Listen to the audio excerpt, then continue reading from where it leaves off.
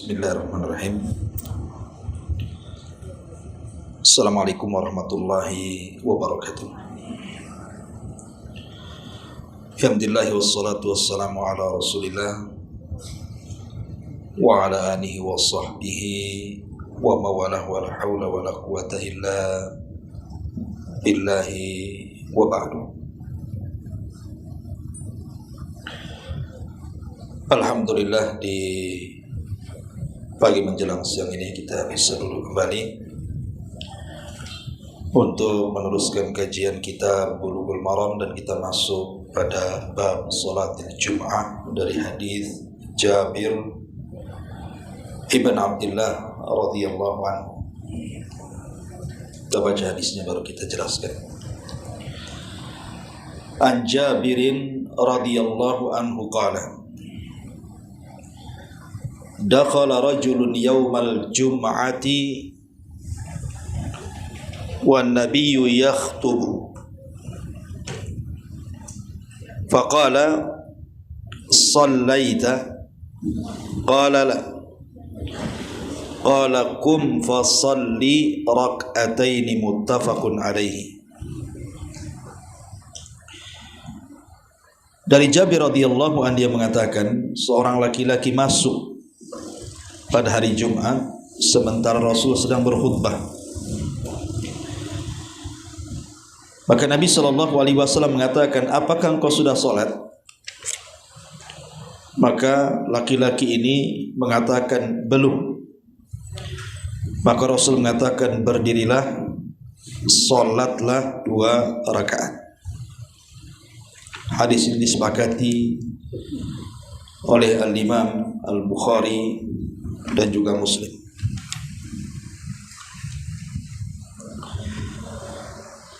Ma'asyiral muslimat yang dimuliakan Allah Subhanahu wa taala. Di sini ada beberapa masalah yang kita akan bahas. Masalah yang pertama tentang salat tahiyatul masjid. Apa itu salat tahiyatul masjid? Kenapa Nabi SAW sampai melarang orang yang masuk ke masjid langsung duduk saat khutbah, justru disuruh untuk sholat 2 rakaat yang disebut tahiyatul masjid?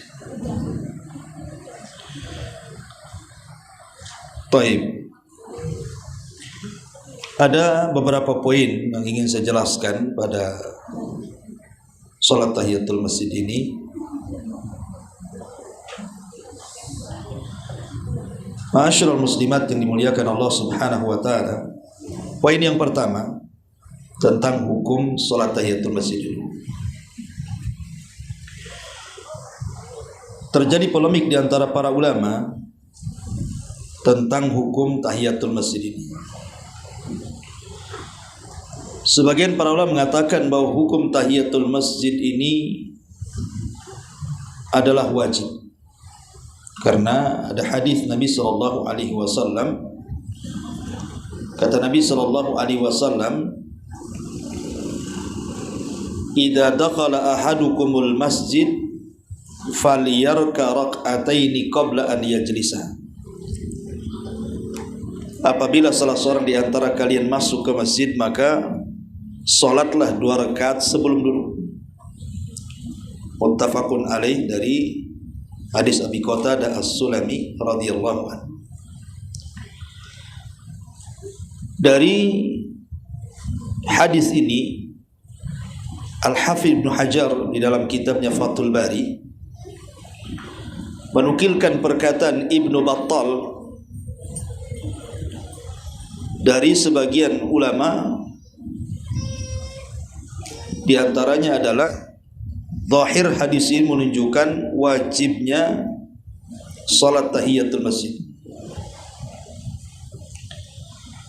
Tetapi sebagian para ulama mengatakan bahwa tahiyatul masjid ini tidak wajib, tetapi sunnah muakkadah, dan itu pendapat mayoritas para ulama.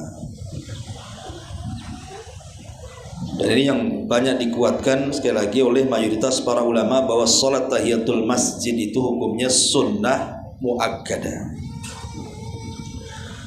Tapi para ulama banyak yang memberikan komentar perselisihan ulama soal hukum. Yang satu mengatakan wajib, yang satu mengatakan tidak wajib. Bahkan Imam Ibnu Hazm mengatakan jelas-jelas terang-terangan mengatakan tidak wajib. Tetapi hendaklah seorang muslim apabila mendengar hadis ini harusnya sami'na wa ata'na, kita dengar dan kita taat kalau memang tidak ada uzur untuk melaksanakan tahiyatul masjid. Ada beberapa poin yang ingin saya jelaskan. Pertama, idza dakhala ar-rajulul masjid, apabila seseorang itu masuk ke dalam masjid sementara salat sudah ditegakkan alias qomat sudah dijelaskan, sudah ditegakkan, maka tidak boleh disibukkan lagi dengan tahiyatul masjid. Jadi ibu masuk ke dalam masjid, tiba-tiba muadzin berdiri hendak qomat, maka jangan terpikir lagi mau melaksanakan tahiyatul masjid. Kenapa? Karena salat wajib sudah mau ditegakkan. Kenapa demikian? Karena ada hadis Nabi SAW mengatakan, idza uqimatis shalah fala salata illa maktubah. Apabila salat sudah ditegakkan, maksudnya salat wajib, maka tidak ada salat kecuali wajib. Bahkan kalau seandainya ibu sudah mendapatkan satu rakaat tahiyatul masjid sekalipun, sebaiknya dibatalkan. Kalau ibu dapat satu rakaat nih, mau ke rakaat kedua tiba-tiba qomat, maka sebaiknya batalkan sholatnya.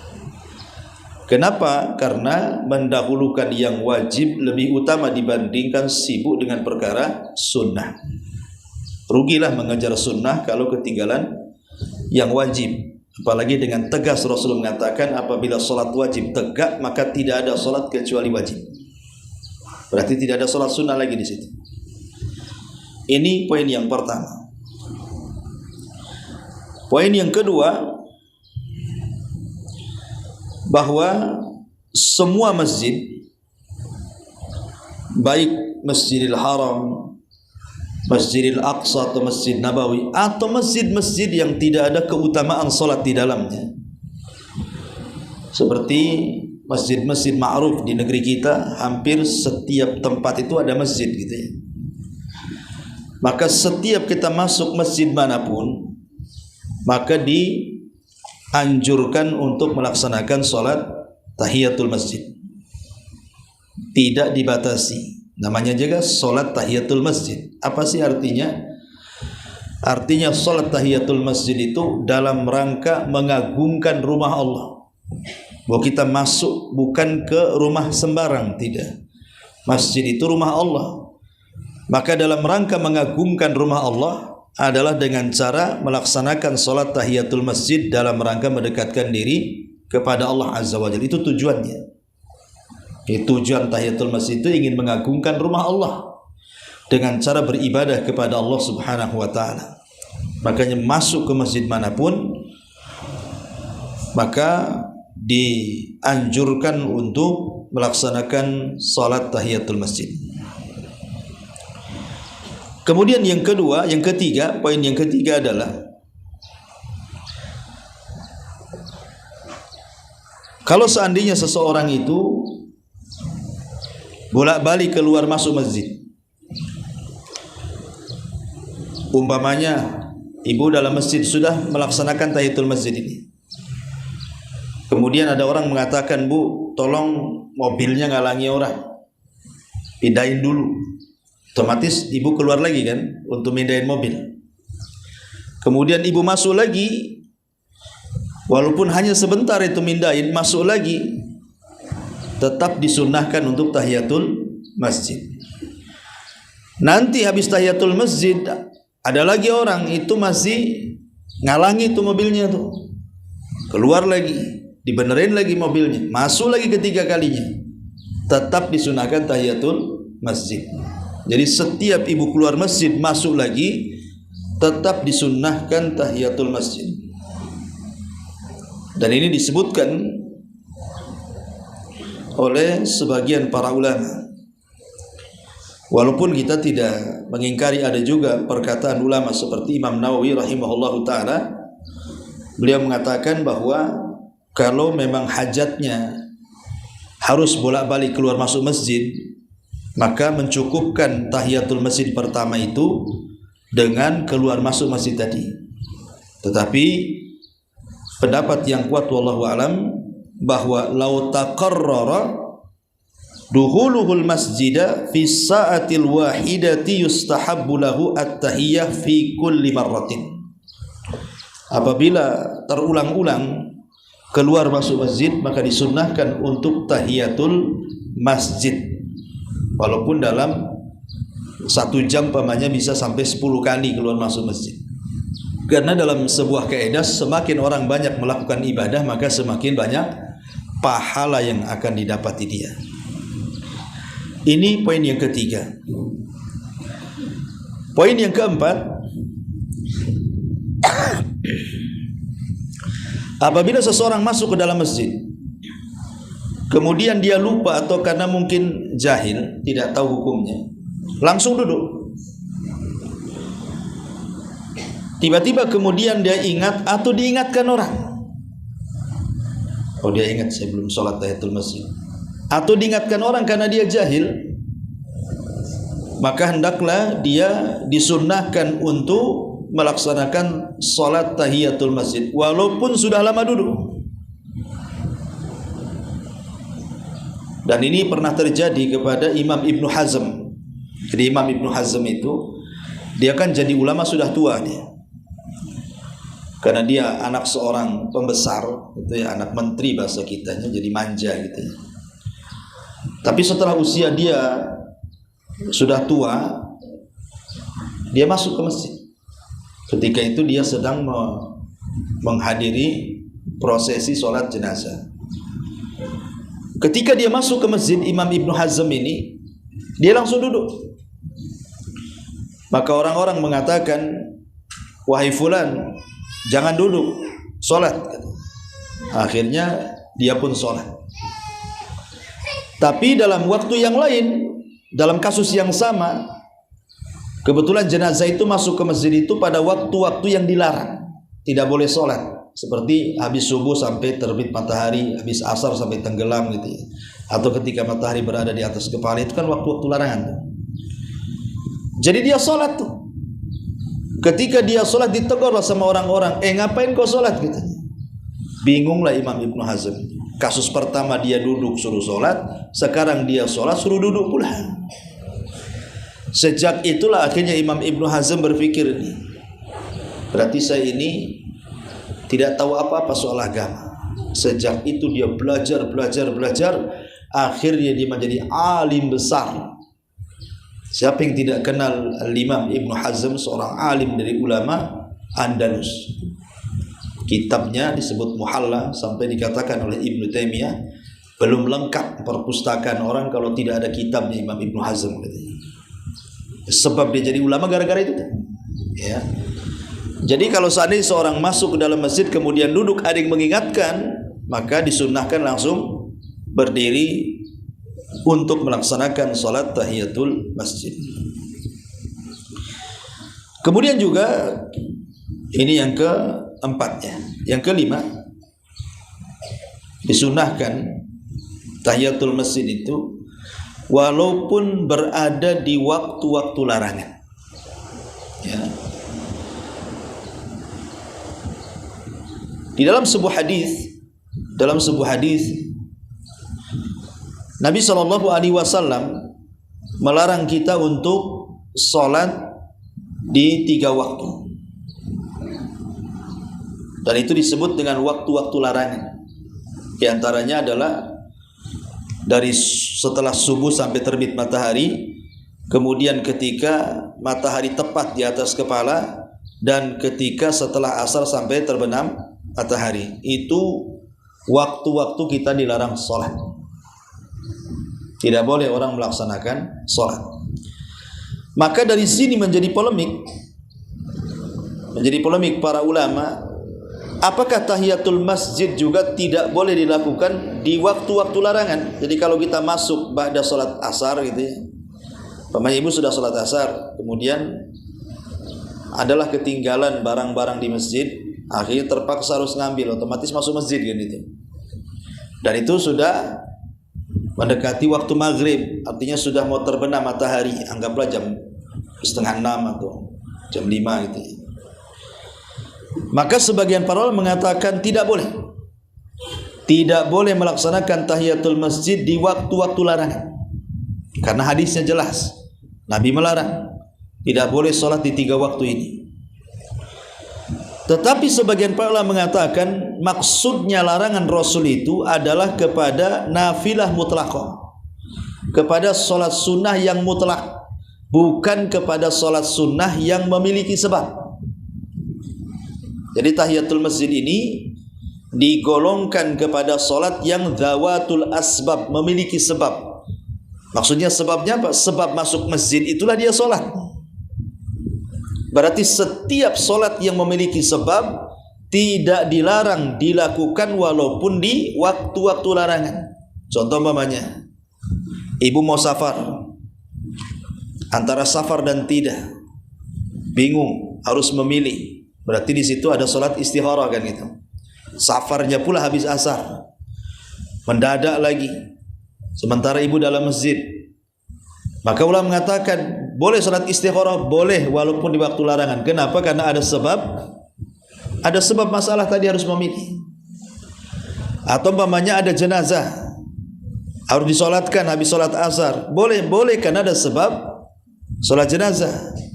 Atau umpamanya solat kusuf, gerhananya jam 5, ya langsung sholat. Boleh sholat sunnah gerhana karena ada sebab gerhana. Termasuk juga orang yang melaksanakan tahiyatul masjid boleh karena di situ ada sebab. Berarti larangan sholat di waktu-waktu larangan itu maksudnya sholat sunnah mutlak, bukan sholat sunnah yang memiliki sebab. Kalau sholat sunnah memiliki sebab boleh, seperti ibu wudu, otomatis di situ ada sholat sunnah 2 rakaat wudu, berarti boleh. Kenapa? Karena ada sebab wudu. Ya. Dan ini yang dipilih oleh banyak para ulama. Salah satunya Al-Imam Ibnu Utsaimin rahimahullahu taala memilih pendapat ini, bahwa boleh orang itu sholat di waktu larangan selama sholat itu zawatul asbab, sholat yang memiliki sebab, seperti sholat gerhana, sholat istikharah, sholat wudu, sholat tahiyatul masjid, sholat jenazah. Itu semua sholat-sholat yang memiliki sebab, maka boleh dilakukan di waktu-waktu larangan. Taib, ini masalah yang ke-5. Masalah yang ke-6 adalah tahiyatul masjid ini laisa li tahiyatil masjidi adadun muayyanun li aktsariha amma aqalluha farakatan. Tahiyatul masjid ini tidak dibatasi waktu rakaatnya, jumlah rakaatnya tidak dibatasi, tetapi paling sedikit 2 rakaat dan tidak boleh kurang dari 2 rakaat.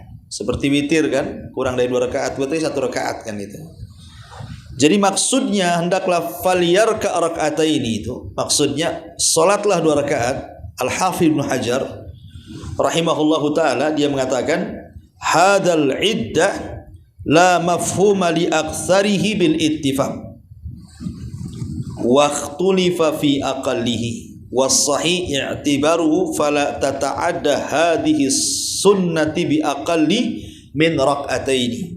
Kata Al-Hafidz Ibnu Hajar, dia mengatakan bahwa kata-kata hendaklah salat 2 rakaat apabila seseorang masuk ke dalam masjid jangan duduk kecuali salat 2 rakaat, maknanya di sini bilangan 2 rakaat ini tidak ada mafhum berapa rakaatnya secara ittifaq, dan yang diperselisihkan soal paling sedikitnya. Maka yang sahih kata Al-Hafidz Ibnu Hajar itu jangan sampai kurang dari 2 rakaat. Artinya salat tahiyatul masjid ini paling sedikit 2 rakaat, ya paling banyak ya tidak ada batasnya. Yaitu kata Al-Hafidz Ibnu Hajar rahimahullahu taala, dia mengatakan seperti itu. Tapi kalau seandainya kita cukup 2 rakaat ya sudah, nggak masalah. Ini juga masalah yang ke-6. Masalah yang ke-7, apabila seseorang masuk ke dalam masjid sementara waktunya sangat sedikit sekali, umpamanya sebentar lagi mau qomat, sementara di situ ada banyak sholat sunnah yang harus ibu lakukan, ya, banyak sholat sunnah yang harus ibu lakukan. Seperti contohnya ibu habis wudu, otomatis setelah wudu ada sholat 2 rakaat. Kemudian di waktu yang sama di situ ada qobliyah sholat sebelum sholat wajib. Di waktu yang sama ada tahiyatul masjid. Itu kan 3 kali sholat tuh. Sementara waktu yang harus ibu lakukan itu tidak mungkin 3-3-nya ibu lakukan, kan gitu. Maka di sini dikatakan oleh Syekh Abdurrahman As-Sa'di rahimahullahu taala, apa kata dia? Min ni'matillahi wa taysirihi, salah satu nikmat Allah dan kemudahannya adalah annal amalal wahida yaqumu maqama a'malin, bahwa terkadang satu amalan itu bisa mewakili banyak amal. Maksudnya apa? Fa idza dakhala al masjida waqta hudurir ratibati wa shalla rak'atayn yanwi bihima ar-ratibata wa tahiyatal masjidi hasala lahu fadlahuma.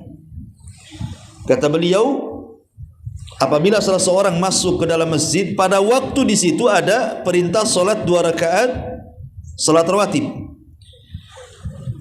kemudian dia niat dalam 2 rakaat itu digabungkan antara tahiyatul masjid dan salat sunnah rawatib, kata beliau, maka hasalalahu, maka dia sudah mendapatkan keutamaan keduanya.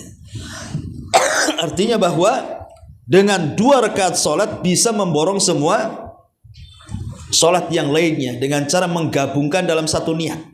Jadi 2 rakaat itu diniatkan tahiyatul masjid, diniatkan salat sunnah wudu, diniatkan rawatib gitu ya. Maka itu sudah tercukupi dengan 2 rakaat itu.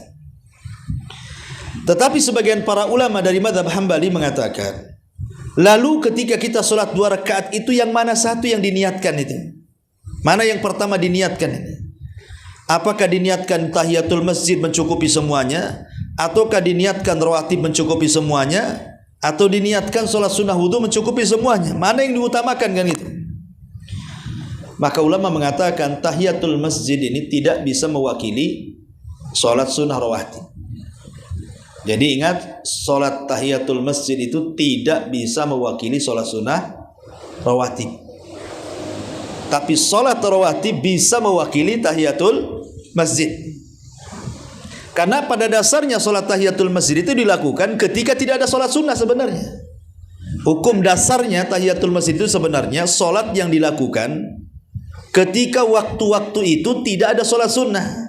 Pamannya ibu masuk masjid jam 9, ya, ataupun masuk masjid jam 2, itu kan tidak ada salat sunnah di situ, kan?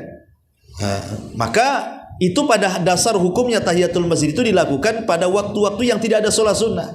Tapi apabila seseorang kemudian masuk masjid dan di situ ada salat sunnah yang lainnya seperti ratibah, maka yang didahulukan adalah salat sunnah rawatib, kecuali kalau waktunya panjang. Nah, ibu bisa lakukan semuanya itu. Tahiyatul masjid, habis itu berdiri lagi rawatib, ya kan? Nah, itu maka tidak ada masalah. Tapi kalau waktunya mepet, ambillah yang paling utama yang bisa mencakup segalanya. Jadi diniatkan salat sunnah rawatib, biar yang lainnya ikut gitu maksudnya ya. Ada yang berpendapat seperti itu. Wallahu a'lam. Ya. Masyaallah muslimat yang dimuliakan Allah Subhanahu wa taala. Ini masalah yang ke berapa? 6. Yang ke-7. Yang ke-8. Masalah yang ke-8 adalah kalau seandainya posisi kita di Masjid Al-Haram dan di Masjid An-Nabawi. Ibu lagi umrah umpamanya kan. Ibu pulang ke hotel, kemudian masuk ke masjid. Ya. Ketika masuk Masjidil Haram itu kan disunahkan tawaf, Bu. Karena tawaf itu bukan sunnah umrah atau sunnah haji saja. Bukan manasik. umroh haji saja. Orang yang tidak umroh tidak haji pun kalau masuk Masjidil Haram itu memang dianjurkan tawaf. Ya, tidak mesti harus ketika umroh pakai ihram, dah. Pokoknya ibu ke hotel ingin sholat di haram, ya masuk tawaf kan itu ya. Lah pertanyaannya, mana yang didahulukan, tahiyatul masjid atau tawaf? Kalau kita masuk ke Masjidil Haram itu dijelaskan oleh para ulama, qaulul Masjidil Haram fi Makkah al-Mukarramat yakhtalifu an ghairihi minal masajid bi umurin iddah. Tentu keberadaan Masjidil Haram di Mekah sana akan berbeda hukum-hukumnya dibandingkan masjid-masjid di luar dari Masjidil Haram, dari segi pahala dan dari segi macam-macam. Karena orang yang sholat di Masjidil Haram saja lipatan kali sholatnya berapa? 100.000, ya kan, kali sholat, dibandingkan di masjid-masjid yang lainnya kan itu dari segi pahala kan itu. Sehingga dikatakan bahwa salat tahiyatul masjid di Masjidil Haram itu dijelaskan, fadhahaba jumhur ulama'il fiqhi bittifaqil madhahibil fiqhiyati al-arba'ati, pendapat mayoritas para ulama fikih maksudnya, dengan kesepakatan madhab yang 4, ila anna tahiyatal masjidil harami likulli man dakhala makkata hiya tawafu haulal ka'bati, bahwa tahiyatul masjid di Masjidil Haram bagi setiap orang yang masuk Masjidil Haram adalah tawaf di sekitar Ka'bah, sawa'un kana dukhulu makkata biqasdil haji wal umrati au ghairi dzalik, baik masuk ke Ka'bah itu dalam rangka haji atau umrah atau bukan karena keduanya. Wa wajhu dilalati anna an-nabiy sallallahu alaihi wasallam dakhala al-masjid al-haram lit-tawafi wa lam yusalli tahiyyah kama jaa fi hadits Aisyah. Alasannya karena Rasul terkadang masuk ke Masjidil Haram, beliau langsung tawaf dan beliau tidak salat tahiyatul masjid, sebagaimana hadis Aisyah radhiyallahu anha, anna an-nabiy sallallahu alaihi wasallam hina qadima Makkah kana awwala syai'in bada'a bihi hina qadima annahu tawadda'a thumma tawafa fil bait. Bahwa Nabi SAW apabila masuk ke Mekah, maka pertama kali yang beliau lakukan adalah berwudu, kemudian beliau tawaf di Ka'bah. Dari sini kita tahu bahwa tahiyatul masjidnya di Mekah itu dengan cara tawaf. Masuk masjid, tawaf. Ya. Walaupun ada yang mengatakan setelah tawaf itu kan ada namanya sunnah tawaf. Salat sunnah tawaf, sunnah di belakang makam Ibrahim kan itu ya. Itulah sudah mencukupi, dia sudah melaksanakan tahiyatul masjid, jadi sudah boleh duduk. Tetapi bagi yang tidak mau melaksanakan tawaf, kata para ulama, kalau mungkin ibu kecapean, tawaf kan sampai 7 putaran gitu ya, maka boleh ibu menggantikan tawaf dengan 2 rakaat tahiyatul masjid. Tetapi hukum asalnya adalah tawaf dulu. Kecuali kalau memang capek, ya maka cukup 2 rakaat sudah boleh duduk gitu maksudnya. Nah, wallahu a'lam. Ya. Adapun di Masjid Nabawi, itu kan di Masjidil Haram tuh. Ittafaqal fuqaha ala anna man dakhala al-masjid an-nabawiyya yustahabba lahu an yuqsada ar-raudhata in tayassara lahu wa yusalli rak'ataini tahiyatal masjid bi jambil mimbar li hadithi Jabir bin Abdullah jaa rajulun wan nabiyyu sallallahu alaihi wasallam yakhutub an-nasa yaumal jum'ati faqala as-sallaita ya fulan qala la qala kum farka rak'ataini thumma ya'ti qabra an-nabiy sallallahu alaihi wasallam wa yaqul assalamu alayka ya Rasulullah thumma yusallim ala Abi Bakrin thumma ala Umarin. Jadi ahli fikih mengatakan barang siapa yang masuk ke Masjid Nabawi disunnahkan pertama kali menuju mana? Raudhah. Kalau bisa pertama kali masuk ke Masjid Nabi itu tujuannya adalah Raudhah. Raudhah itu di antara mimbar ke pintu rumah Nabi. Nah, tengah-tengah itu disebut Raudhah. Dan kalau mudah atau dimudahkan, nah ibulah sholat di situ di antara rumah dan mimbar Nabi. kalau mudah, ya, di sisi mimbar Nabi itu berdasarkan hadis Jabir bin Abdullah radhiyallahu anhu. Dan kalau selesai sholat, maka disunnahkan untuk mengucapkan salam kepada Nabi sallallahu alaihi wasallam dan Abu Bakar serta Umar yang ada di kuburannya. Ya, karena kan kuburannya kan di rumah Aisyah. Nah, itu kalau dimudahkan, tapi masalahnya kan untuk masuk raudhah itu bukan perkara mudah kan. Ya, kadang-kadang berdesak-desakan kan. Maka kalau memang tidak mudah jangan dipaksakan. Ya sudahlah, sholat tahiyatul masjid kayak biasa saja. Tapi kalau seandainya dimudahkan, maka masuk Masjid Nabawi langsung tujuannya ke raudhah, sholat tahiyatul masjid di situ. Kemudian sebelum keluar dari raudhah mengucapkan salam kepada Rasul, Abu Bakar dan Umar. Sekali lagi kalau dimudahkan. Kalau nggak dimudahkan janganlah, kan itu nanti masalah. Ya. Masyarul muslimat yang dimuliakan Allah Azza wa Jalla. Taib, sekarang masalah yang ke-9. Masalah yang ke-9. Masalah yang ke-9 adalah ketika sholat Jumat. Karena di sini kan hadis ini kan bicara soal sholat tahiyatul masjid ketika sholat Jumat kan itu. Nabi sedang khutbah. Kemudian orang ini sholat 2 rakaat. Taib, di sini masalahnya. Apabila seseorang kemudian masuk ke dalam masjid sementara muadzin itu sedang berkumandangkan azan. Ini kan azan sholat Jumat itu kan ketika khotib naik mimbar. Pamannya saya jadi khotib naik mimbar, kemudian saya mulai mengucapkan salam, assalamualaikum warahmatullahi wabarakatuh. Kemudian saya duduk. Disitulah muadzin mengumandangkan azan. Kemudian seseorang masuk ke dalam masjid, sedang terkumandang azan. Pertanyaannya, apakah dia menjawab azan dulu, kemudian dia tahiyatul masjid, ataukah dia tahiyatul masjid tanpa menghiraukan suara muadzin karena tujuannya adalah mendengarkan khutbah? Itu pertanyaannya. Maka para ulama mengatakan, apabila seseorang masuk ke dalam masjid pada hari Jumat sementara muadzin sedang berkumandang azan dan seorang khatib sedang berdiri pada khutbah yang pertama katanya, maka hendaklah dia melaksanakan tahiyatul masjid tanpa harus menjawab muadzin. Alasannya kenapa? Karena menjawab muadzin itu hukumnya sunnah menurut sebagian ulama, walaupun yang lain mengatakan wajib, ya.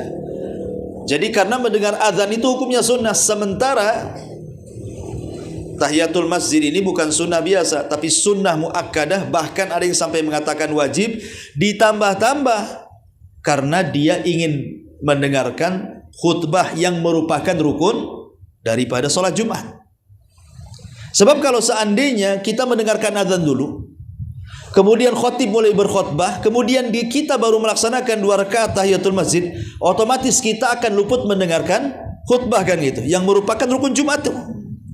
Tapi kalau ketika kemudian muadzin sedang azan, kemudian kita tahiyatul masjid tanpa menghiraukan dia, berarti ketika kita selesai sholat tahiyatul masjid, kita bisa mengikuti rangkaian khutbah Jumat.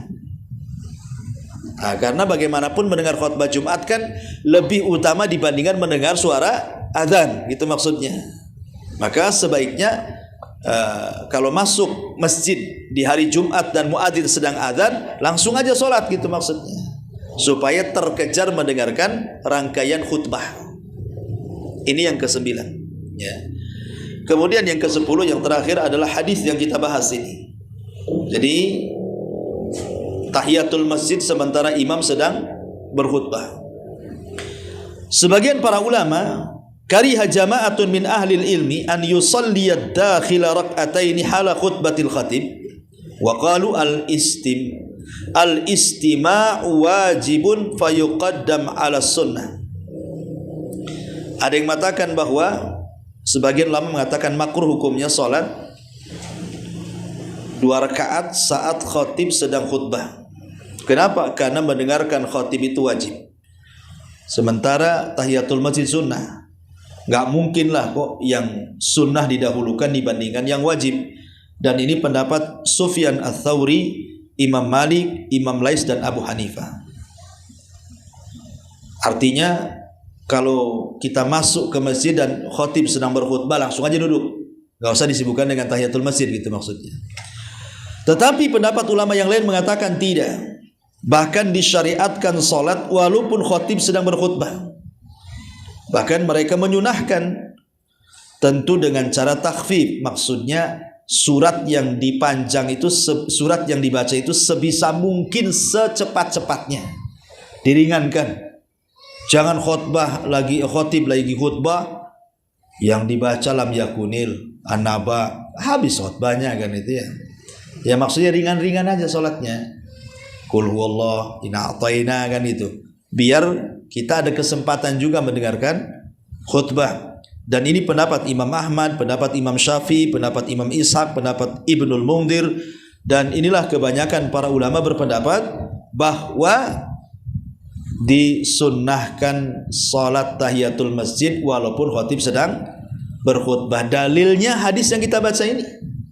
Karena Nabi SAW di tengah-tengah khutbah menegur ada seorang sahabat masuk langsung duduk. Kamu sudah sholat ya? Belum. Sholat, kata Rasul. Padahal Rasul sedang khutbah tuh kan. Nah, menunjukkan bahwa di sini disyariatkan bahwa sunnah hukumnya sholat tahiyatul masjid dan imam sedang berkhutbah. Dari sini ada pendalilan juga kalau orang sedang khutbah kemudian dia boleh melaksanakan 2 rakaat tahiyatul masjid, padahal itu kan waktu larangan, orang banyak bergerak kan, karena ngomong sama saudaranya diam saja itu sudah dianggap tidak Jumat kan. Apalagi tahiyatul masjid yang banyak gerakan, yang banyak bacaan. Tapi Rasul menyarankan tetap tahiyatul masjid. Kalau dalam kondisi seperti ini saja dibolehkan tahiyatul masjid, apalagi di waktu-waktu larangan tadi. Seperti habis subuh, habis asar, ketika matahari di atas kepala, maka dibolehkan lagi. Waktu khutbahnya boleh. Ada juga yang berdalil tentang dalilnya bolehnya sholat di waktu-waktu larangan itu karena berdasarkan hadis ini. Wallahu alam, ini di antara masalah yang ke-10 ya.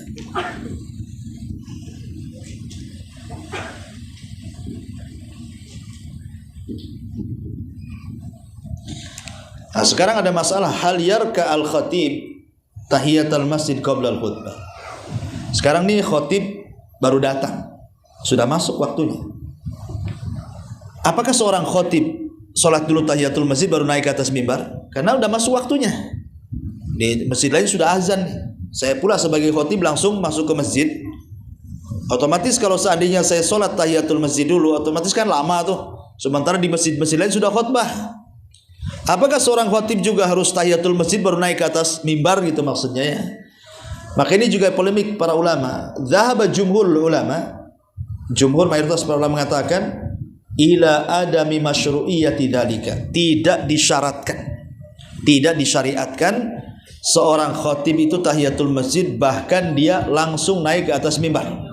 Jadi sunnahnya seorang khatib naik langsung ke atas mimbar. Karena Nabi SAW dan juga Khulafaur Rasyidin tidak dikenal bahwa mereka tahiyatul masjid dulu kemudian khutbah, bahkan mereka datang langsung naik khutbah. Itu kebanyakan riwayat-riwayat seperti itu. Tapi ada juga pendapat seperti ulama Syafi'iyah mengatakan daklah salat, tetapi pendapat mazhab Syafi'i ini dilemahkan oleh ulama Syafi'i sendiri, namanya Imam Nawawi dalam kitabnya Ar-Raudhah ya, dan dikatakan ini pendapat lemah. Walaupun dari Imam Nawawi ini dari ulama Syafi'i, ulama Syafi'i yang mengatakannya disunahkan, tapi dilemahkan juga sesama-sama ulama Syafi'i yang rajih wallahu alam bahwa seorang khatib kalau sudah sampai waktunya tidak perlu salat sunnah, langsung naik ke atas mimbar. Nah, inilah diantara faedah dari salat tahiyatul masjid.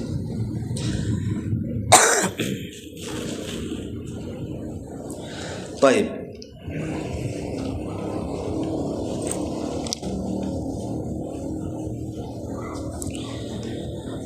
Kita baca beberapa hadis lagi, satu hadis lagi. An Ibni Abbas radhiyallahu anhuma anna Nabiy sallallahu alaihi wasallam yaqra'u fi salatil jum'ati surah al-jum'ati wal munafiqin. Rawahu Muslim. Dari Ibnu Abbas radhiyallahu anhuma, Nabi sallallahu alaihi wasallam membaca dalam salat Jumat itu surat Jumat dan munafik. Al-munafiq. Hadis ini keluarkan Imam Muslim. Walahu anin Nu'man ibn Bashir, dan juga Imam Muslim meriwayatkan dari sahabat Nu'man ibn Bashir, qala kana yaqra'u fi idaini wa fil jum'ati sabbihi isma rabbikal a'la wa hal ataka hadithul ghasyiyah. Terkadang Rasul juga membaca dalam dua salat Id, maksudnya Idul Adha dan Idul Fitri, ataupun salat Jumat dengan surat sabbihi isma rabbikal a'la dan juga hal ataka hadithul ghasyiyah. Tapi di sini ada beberapa masalah. Masalah yang pertama, masalah bacaan yang disunahkan dibaca di hari Jumat. Sebagian para ulama menyunahkan bahwa surat-surat yang dibaca itu disunahkan adalah sebagaimana yang tertera dalam hadis Ibnu Abbas dan Nu'man ibn Bashir. Berarti disunahkan pertama salat Jumat, surat Al-Jumu'ah, rakaat pertama dan rakaat kedua Al-Munafikin, atau di rakaat pertama sabbihi isma rabbikal a'la dan rakaat kedua hal ataka hadithul ghasyiyah. Tetapi ini sunnah. Seandainya dia tidak hafal ya tidak masalah, ayat surat-surat yang lain kan tidak harus ini. Tapi kalau seandainya dia hafal, maka sebaiknya surat-surat yang dianjurkan dibaca.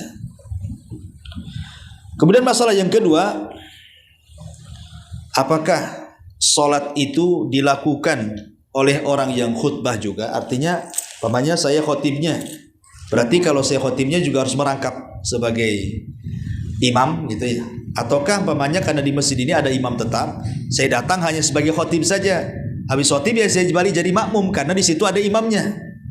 Jadi paham ya?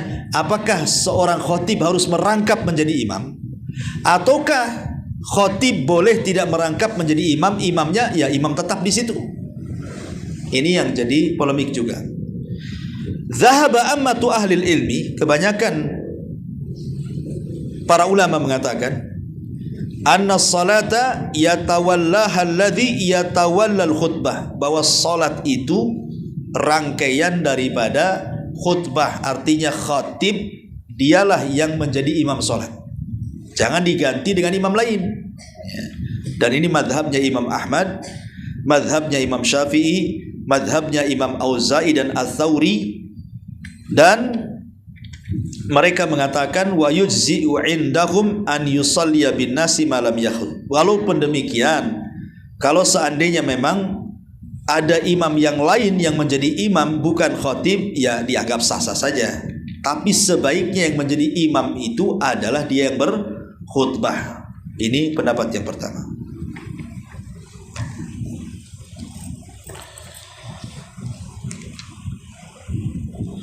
Kemudian pendapat yang kedua, masalah yang kedua juga mereka berselisih. Hal yushtaratu an yakuna mimman hadarul khutbah amlah. Wa fi dzalika riwayatani anil Imam Ahmad. Ihdahuma annahu yushtaratu an yakuna mimman hadarul khutbata wa huwa qaulu Tsauri wa ashabur ra'yi wa huwa qaulu Ats-Tsauri wa ashabir ra'yi wa Abi Tsauri. Wa tsaniyatu annahu la yushtaratu wa huwa qaul Auza'i wa Syafi'i.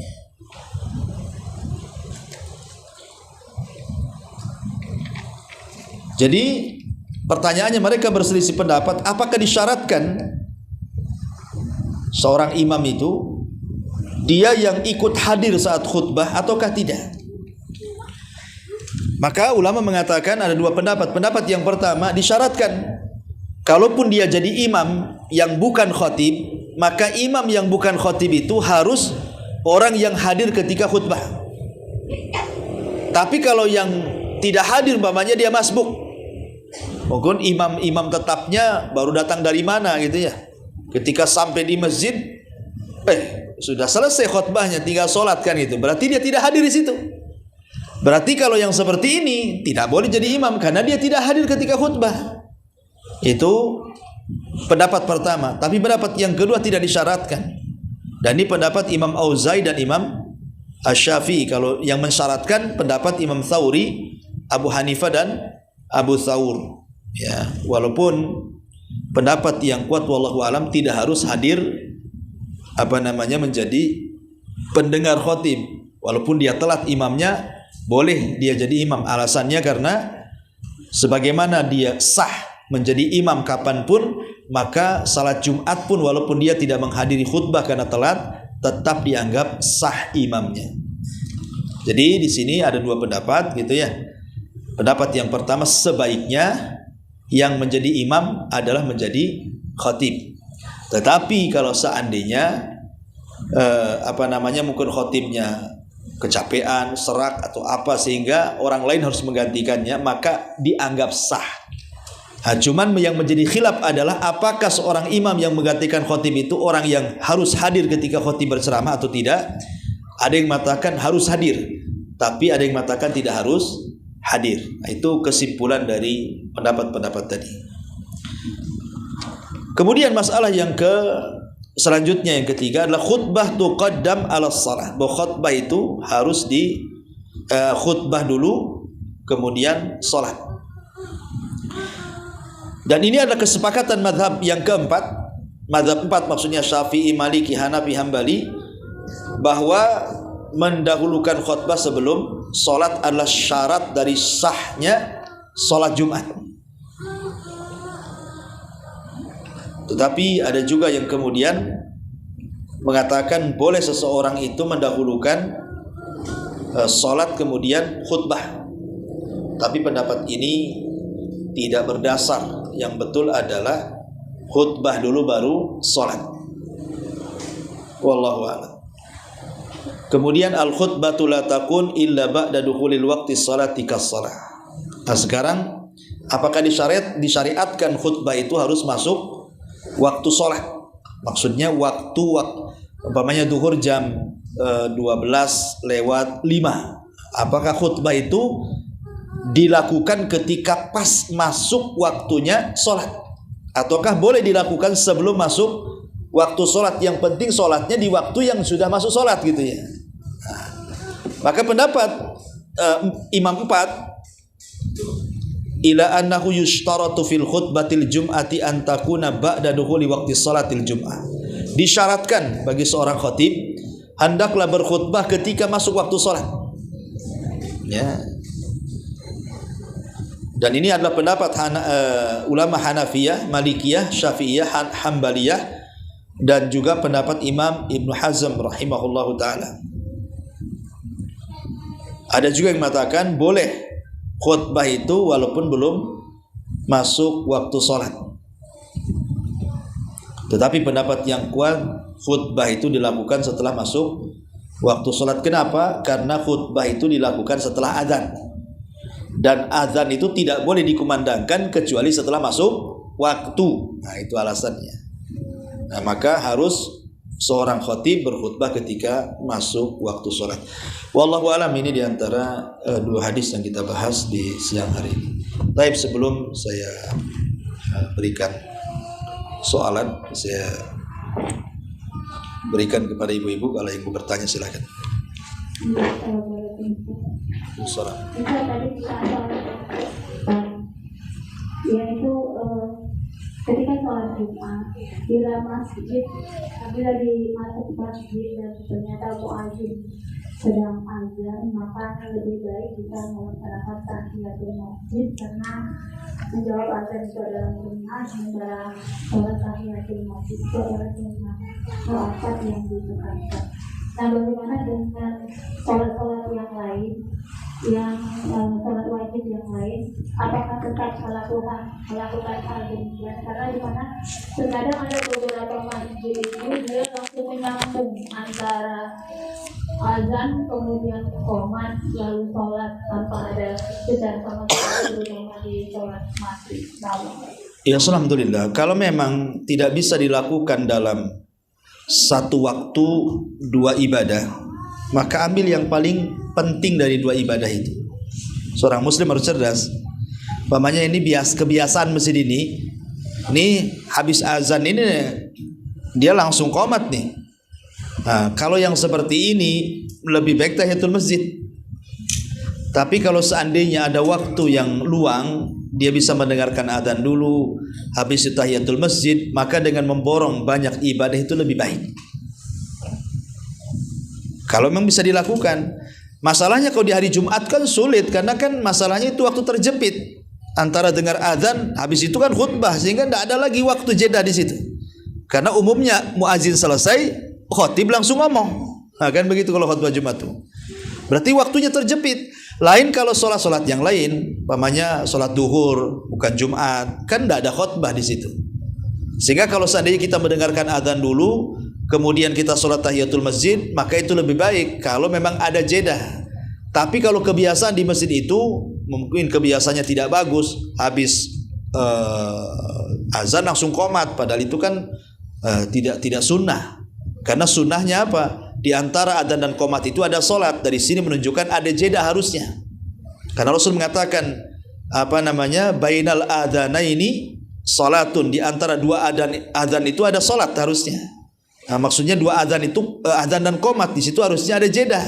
Biarkan orang-orang itu solat sunnah dulu, karena di situ ada qobliyah kan gitu. Ada solat sunnah mutlak seperti solat sunnah sebelum maghrib. Memang itu bukan rawatib, tapi kan sunnah hukumnya. Dan ini yang banyak ditinggalkan orang sholat sunnah sebelum maghrib itu.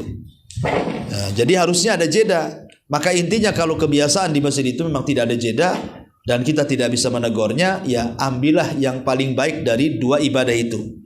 Antara mendengar adzan dan tahiyatul masjid, ya sebaiknya tahiyatul masjid kan itu daripada mendengar adzan. Wallahu a'lam.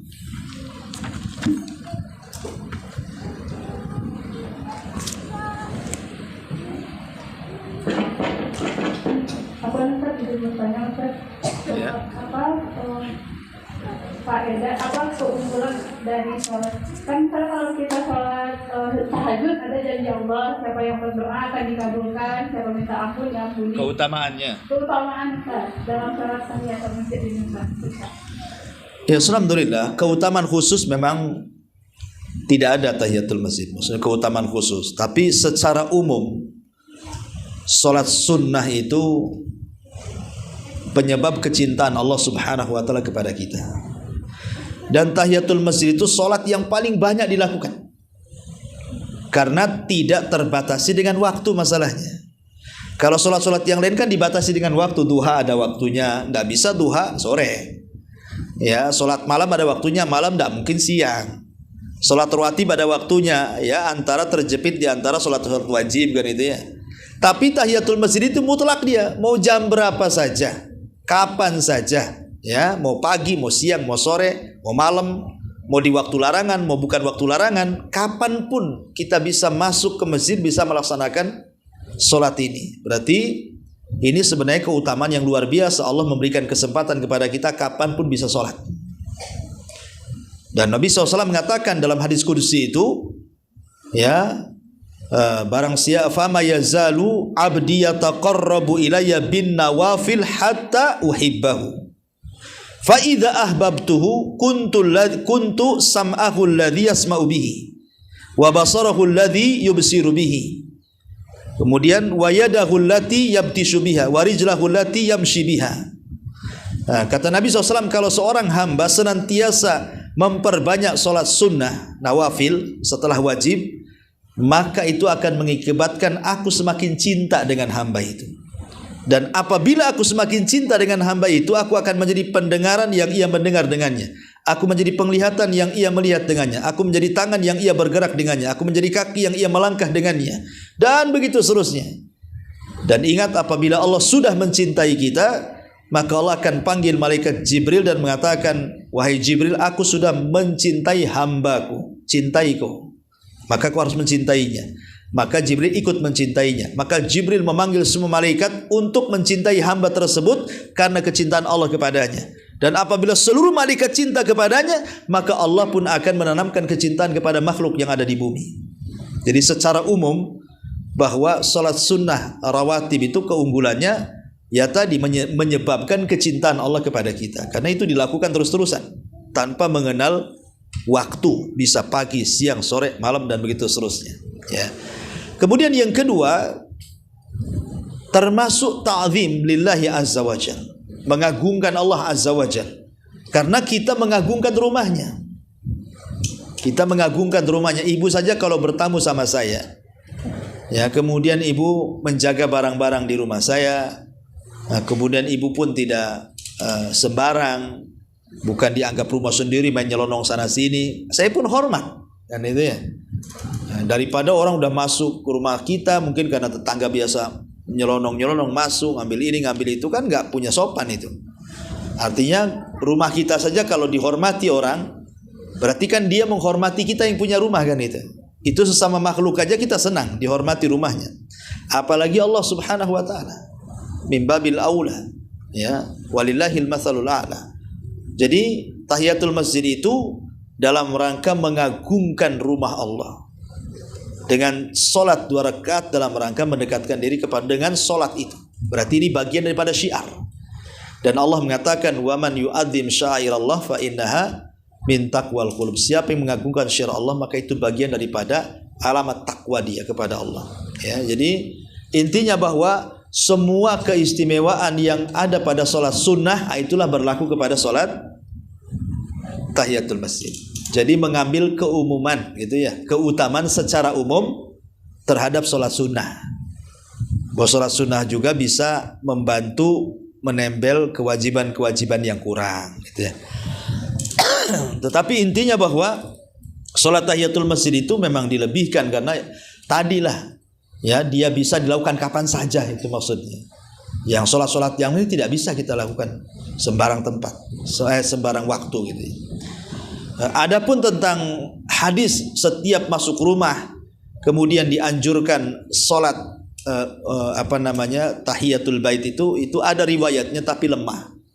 Ya, riwayatnya lemah, dilemahkan para ulama sehingga tidak ada kewajiban setiap masuk rumah sholat 2 rakaat gitu ya. Yang ada setiap masuk masjid itulah yang disebut dengan tahiyatul masjid. Wallahu a'lam.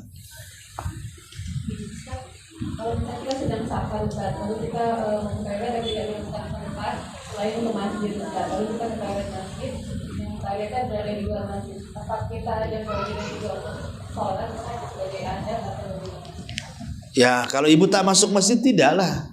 Kan ibu hanya numpang kencing aja di situ. Tapi kalau umpamanya ibu mau sholat tahiyatul masjid sekalian ya lebih baik kan gitu. Sekalian istirahat di masjid. Kemudian kesalahan orang itu kadang-kadang datang ke masjid numpang kencing kemudian pergi.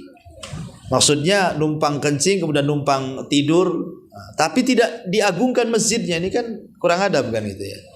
Dan itu banyak gitu. Kita lihat di masjid-masjid di sekitar kita terutama di perkotaan lah. Kayak di sini mungkin di Nagoya gitu ya.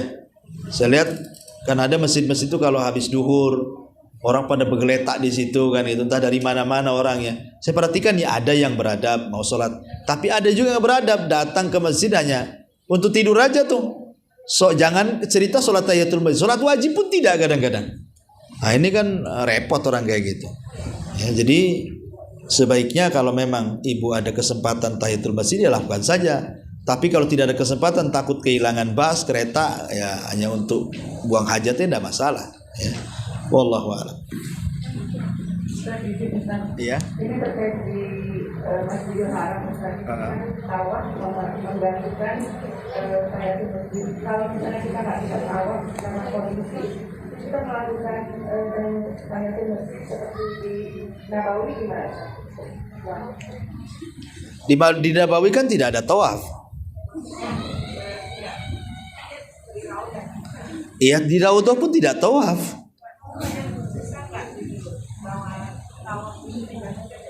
Tidak. Tetap di Masjid Nabawi itu tetap tahiyatul masjid, cuma dilakukan di Raudhah kalau memang memungkinkan. Nah, disunahkannya begitu. Masuk masjid langsung ke Raudhah. Kalau memungkinkan, kalau memudahkan. Di Raudhah itulah kita tahiyatul masjidnya. Sebelum keluar kita mengucapkan salam kepada Nabi, Abu Bakar dan Umar. Itu sunahnya. Tapi kalau memang di zaman sekarang kan agak sulit tuh masuk Raudhah itu. Ya fattaqullaha mastata'tum lah. La tukallifullahu nafsan illa wus'aha. Bertakwalah semampu kita lah. Ya udah di mana aja lah. Yang penting tahiyatul masjid. Gitu maksudnya. Lain dengan di Mekah karena di situ ada syariat tawaf. Wallahu a'lam.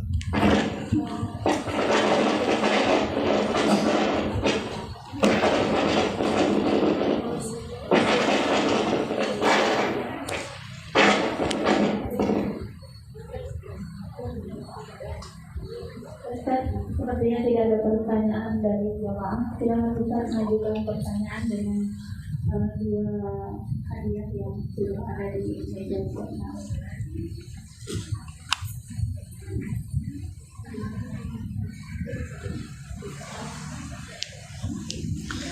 Ya, sebelumnya ini ada pertanyaan di YouTube ini. Salam Pak Ustadz, kalau sholat Jumat di dalam masjid mall boleh enggak? Ini pertanyaannya. Ya, alhamdulillah. Bagaimana sholat Jumat di masjid yang di dalam mall? Ya, karena kita tahu kadang-kadang kan kalau malam mall tutup kan nggak dipakai gitu ya. Nah, mall itu rata-rata dipakainya ketika buka mall saja. Apakah boleh kemudian sholat Jumat di mall? Wallahu a'lam, boleh. Ya, dibolehkan karena kan walaupun tidak secara lahan itu merupakan wakaf, tetapi kan secara tempat biasanya memang diwakafkan untuk sholat di situ. Jadi wakafnya itu penggunaan tempat. Karena kadang-kadang kalau dia bukan milik sendiri kan sewa. Ya, wallahu a'lam. Saya pernah terbaca juga fatwa kontemporer para ulama dibolehkan menegakkan sholat Jumat di mall. Yang jelas dia berada di pemukiman. Nah, karena syarat sholat Jumat itu kan harus di pemukiman. Jangan mallnya di tengah lautan, bukan di pemukiman, ya tidak boleh. Kayak orang-orang yang ada di offshore itu kan bukan di pemukiman namanya kan. Dia nggak boleh. Ya, jadi salah satu syarat ditegakkan Jumat itu harus berada di pemukiman. Mustautin, ya. Wallahu a'lam. Tapi di sini ada hadiah. Hadiah apa nih? Cadar 2 kayak. Masya Allah. Baik. Pertanyaan yang pertama yang sudah saya jelaskan tadi. Di antara poin-poin 10 tadi tentang sholat tahiyatul masjid, ya, disebutkan bahwa tahiyatul masjid itu dibolehkan saat khatib naik ke atas mimbar. Nah, pertanyaannya adalah bagaimana kalau seandainya orang itu masuk ke dalam masjid sementara muadzin mengumandangkan adzan? Mendengarkan adzan dulu kemudian sholat tahiyatul masjid, ataukah langsung tahiyatul masjid tanpa menghiraukan muadzin? Yang mana? Boleh yang pakai masker.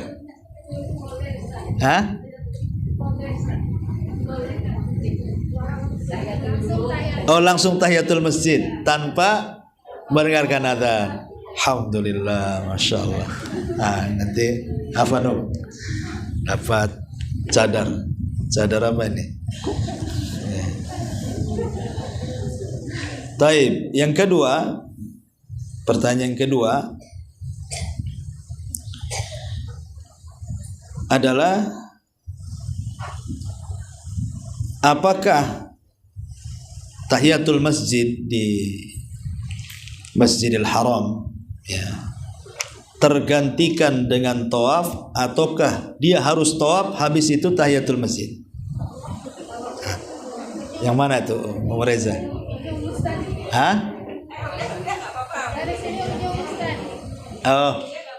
Ada yang pakai masker putih itu.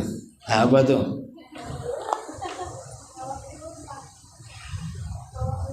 Tawaf kemudian tahiyatul masjid. Tawaf saja. Oh iya, jadi tawaf itu sudah menggantikan tahiyatul masjid. Ahsanti, masya Allah. Ya. Sekarang bungkusnya nggak ada ya. Saya kira cukup lah ya sampai di sini. Wallahu a'lam, mudah-mudahan ada manfaatnya. Kita tutup dengan doa kafaratul majlis. Subhanaka bihamdika asyhadu an la ilaha illa anta astaghfiruka wa atubu ilaik. Assalamualaikum warahmatullahi wabarakatuh.